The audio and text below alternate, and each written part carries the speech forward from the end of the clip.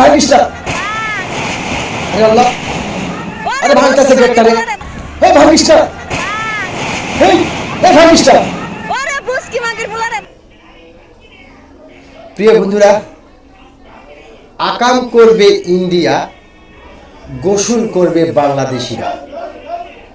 আজকের এই ভিডিওটির ভাষাটা একটু খারাপ হলেও একটু দয়া করে ভিডিওটি আপনাকে দেখতে হবে। আকাম করবে ইন্ডিয়া, গোসল করতে হবে বাংলাদেশিরা। কেন, কি জন্য? এই গেটটা কে ভাঙছে? কে ভাঙছে? বেগু। কে ভাঙছে? সরি, এই গেটটা মানুষই ভাঙছে নাকি বাংলাদেশিরা ভাঙছে নাকি বেকু দিয়ে ভাঙা হয়েছে? অবশ্যই কি দিয়ে ভাঙছে? বেকু দিয়ে। এটা কিন্তু আমি বলে নাই, আপনি বলছেন। তো প্রিয় বন্ধুরা, এই জন্যই আমি বলেছি আকাম করবে ইন্ডিয়া, আকাম করেই যায় ওরা, আর গোসল করতে হয় বাংলাদেশিদেরকে। আচ্ছা প্রিয় বন্ধুরা, এই যে গেটটা ভাঙা হলো, তারপরে কি হলো সে ভিডিওটা কি আপনারা একটু দেখবেন না? চলেন, এই গেটটা ভাঙার পরে কি ভিডিও আপনাদেরকে আমি দেখাতে চাই সেটা আগে দেখেন।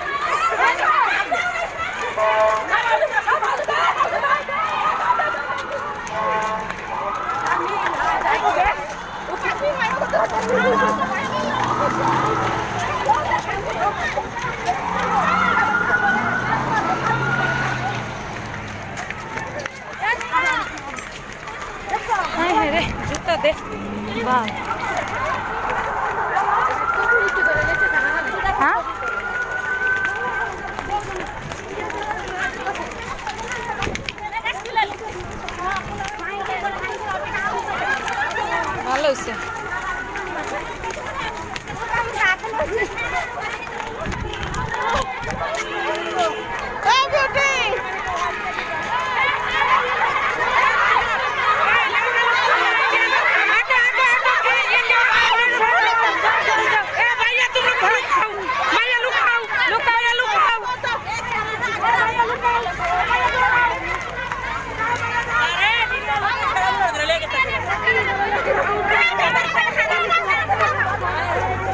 ওকে, কিছু বুঝলেন?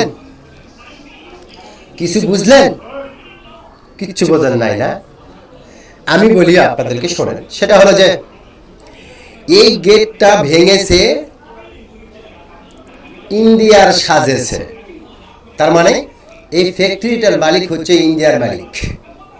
এই ফ্যাক্টরিটার মালিক ইন্ডিয়ার মালিক।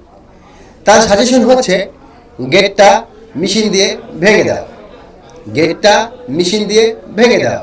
গোসল করবে তো বাংলাদেশিরা, সমস্যা কি? আমি তো আকাম করে রাখতেছি, আমার তো গোসল করে রাখতেছে না। ঠিক একই রকম প্রিয় বন্ধুরা,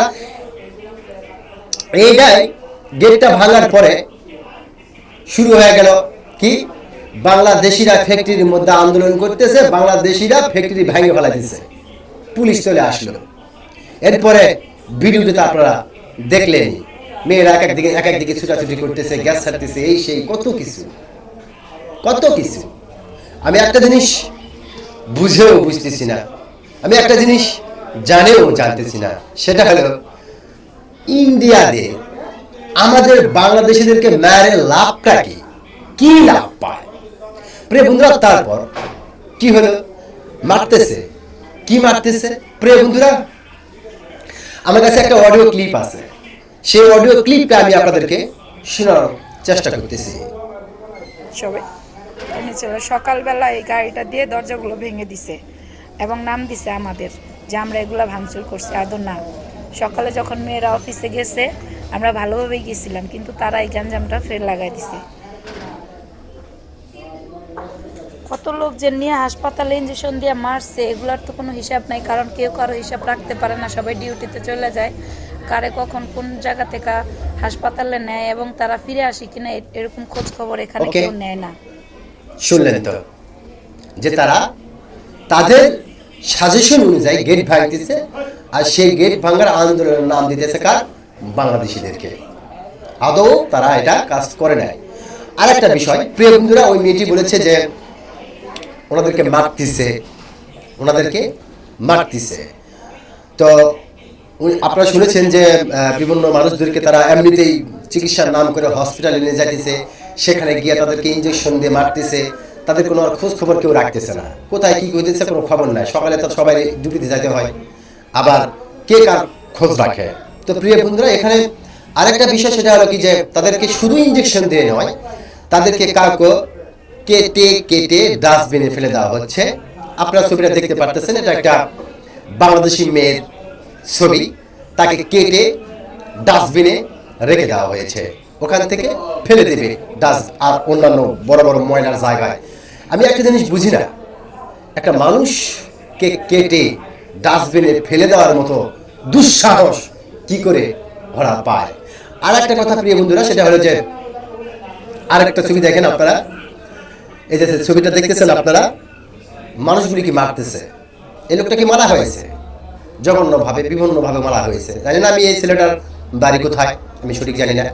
তবে আর একটা মেয়ের ছবি দেখেন, তাকে হোস্টেলে ঢুকে বেদরকভাবে পিটিয়ে তাকে আহত করা হয়েছে। প্রিয় বন্ধুরা, এইভাবেই চলতেছে, আকাম করতেছে ওরা, গোসল করতেছে আমার বাংলাদেশিরা। প্রিয় বন্ধুরা, আর একটা ছোট্ট একটা কথা বলে আমি ভিডিওটা শেষ করে দেব। সেটা হলো যে উনি আরো কিছু কথা আমাকে বলেছে, জাস্ট সে কথাগুলো নিয়ে আমি পরবর্তীতে আর একটা ভিডিও বানাবো। তবে আমি যে কথাটা এই মুহূর্তে বলতে চাচ্ছি সেটা হলো যে যদি এই ফ্যাক্টরিটা জর্ডানে যদি তোর বেতন দিতে কোনো সমস্যা হয়, যদি তোর বেতন দিতে কোনো সমস্যা হয়, ফ্যাক্টরি যদি চালাইতে না পারস, ফ্যাক্টরি বন্ধ করে দে, আমার বাংলাদেশের মানুষগুলিকে বাংলাদেশে পাঠায় দে। বাস, এনাফ। তোর মতো কুকুরের হাতে মরার জন্য আমার বাংলাদেশিরা ওখানে যায় না। তোর মতো কুকুরের হাতে বাংলাদেশিরা মরার জন্য ওখানে যায় নাই। বেয়াদবের বাচ্চা বেয়াদব, আমার বাংলাদেশের মানুষগুলিকে এভাবে মারতেছিস কোন সাহসে? কারণ তোর একটা সাহস আছে, আমি জানি। সেটা হলো যে তুই তো ভাবতেছিস যে বাংলাদেশের সাথে আমাদের এক গালা পিড়িত, আমার কিছুই কইবে না, এই পিড়িত থাকবে না, থাপড় দিয়ে তোর ব্লাড গ্রুপ চেঞ্জ করে দেওয়া হবে। বেয়াদবের বাচ্চা, তোর থাবড়া, তোর ব্লাড গ্রুপ চেঞ্জ করে দেওয়া হবে। আমি আজকে জোরে কথা বলতে পারতেছি না, একটু সমস্যায় আছি, অসুস্থ, কিন্তু জানিয়ে রাখি যে আমাদের বাংলাদেশিদেরকে এইভাবে মারার চেষ্টা করবি না।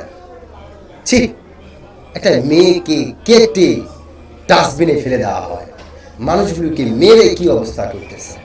আমি আমার বাংলাদেশের প্রধানমন্ত্রীর কাছে